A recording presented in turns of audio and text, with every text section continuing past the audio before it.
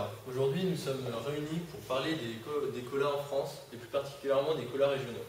Donc actuellement, il y a deux colas principaux en France, donc le Coca-Cola et le Pepsi. Il y a de nombreux concurrents sur ce marché par les colas régionaux. Donc ces colas régionaux qui sont le Brescola, le Mocola. Ils représentent 50 brevets en tout en France et ils sont à peu près une vingtaine maintenant à se démarquer des colas internationaux comme Coca-Cola ou Pepsi. Et on accueille aujourd'hui M. Jean-Baptiste Châtelet. Bonjour. Responsable du marketing chez Brescola. Donc première question de la soirée, quels sont vos domaines d'activité stratégiques?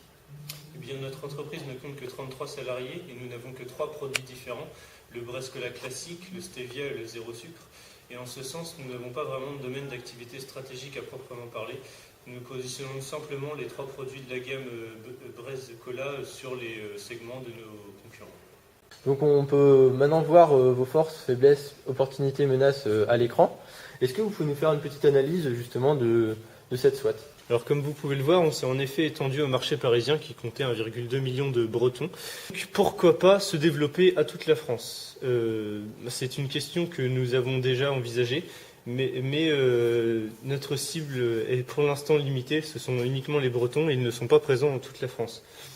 De plus, il y a un grand nombre de colas régionaux partout en France, en plus des 2 grands leaders du marché, Coca-Cola et Pepsi.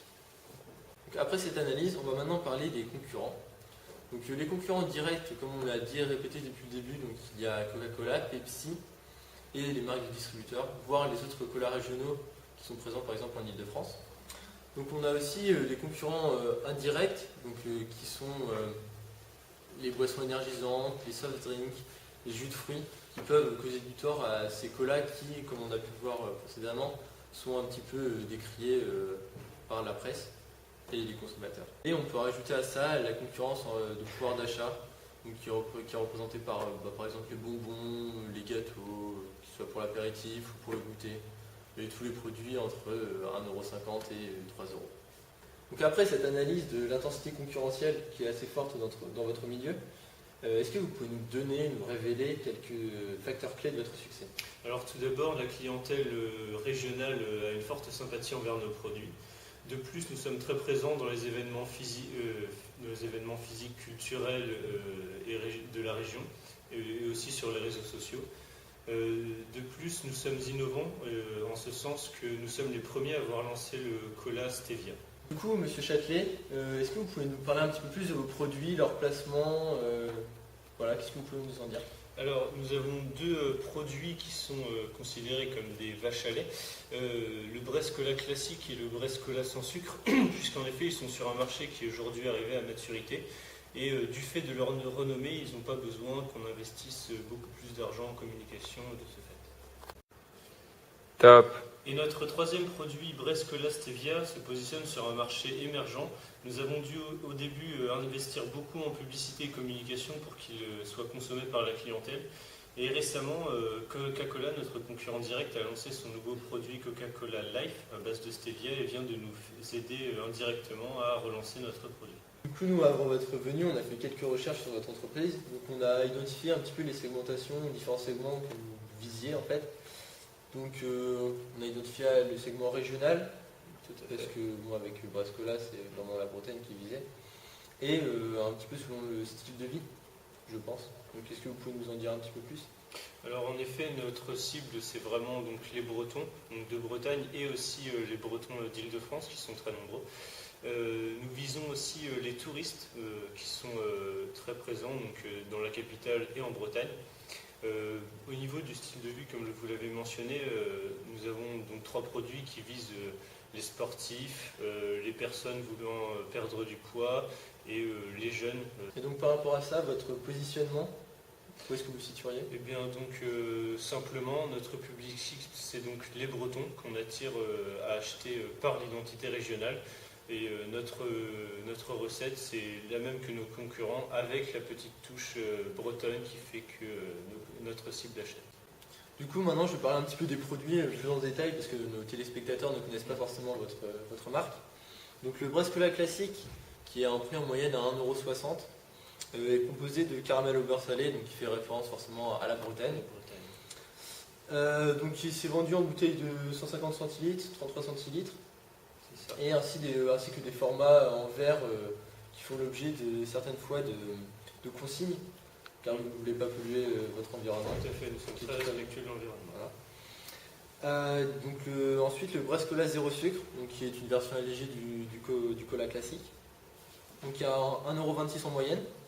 Donc on le retrouve pareil en bouteille de 150 centilitres et en bouteille de verre et en canette de 33 centilitres.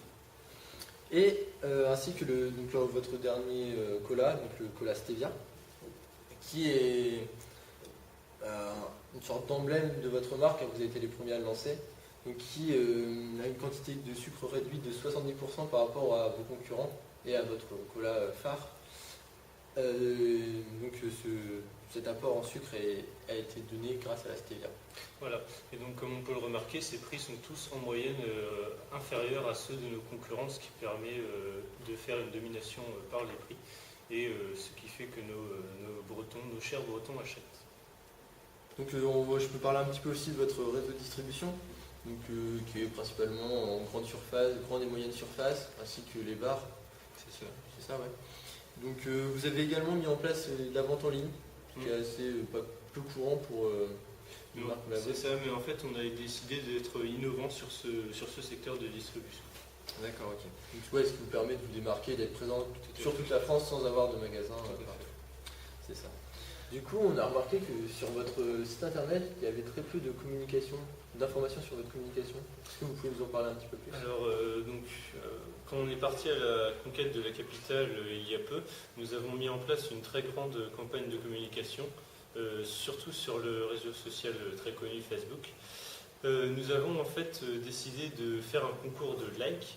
Il y a 400 km entre la Bretagne et la capitale. Et chaque like fait par des Bretons parisiens nous faisait avancer de 10 mètres vers la capitale, ce qui nous a permis de nous assurer 40 000 consommateurs potentiels et nous a fait un grand coup de publicité sur les réseaux sociaux. Il y a donc de nombreux jeunes qui suivent votre page Facebook. Comment est-ce que vous l'expliquez? Alors on est très présent sur de nombreux événements en Bretagne. On est partenaire avec de nombreux organisateurs de concerts et d'organisation de tournois sportifs. C'était tout pour ce soir. Merci d'être venu et puis vous revenez quand vous voulez sur le plateau, c'était un plaisir. Merci de m'avoir invité. Au revoir. Au revoir. Notre expert norvégien en PME va maintenant vous donner des perspectives d'avenir pour cette entreprise. Yes, I'm Charles Colon, the expert of marketing, Waka Waka, Pingu the Penguin.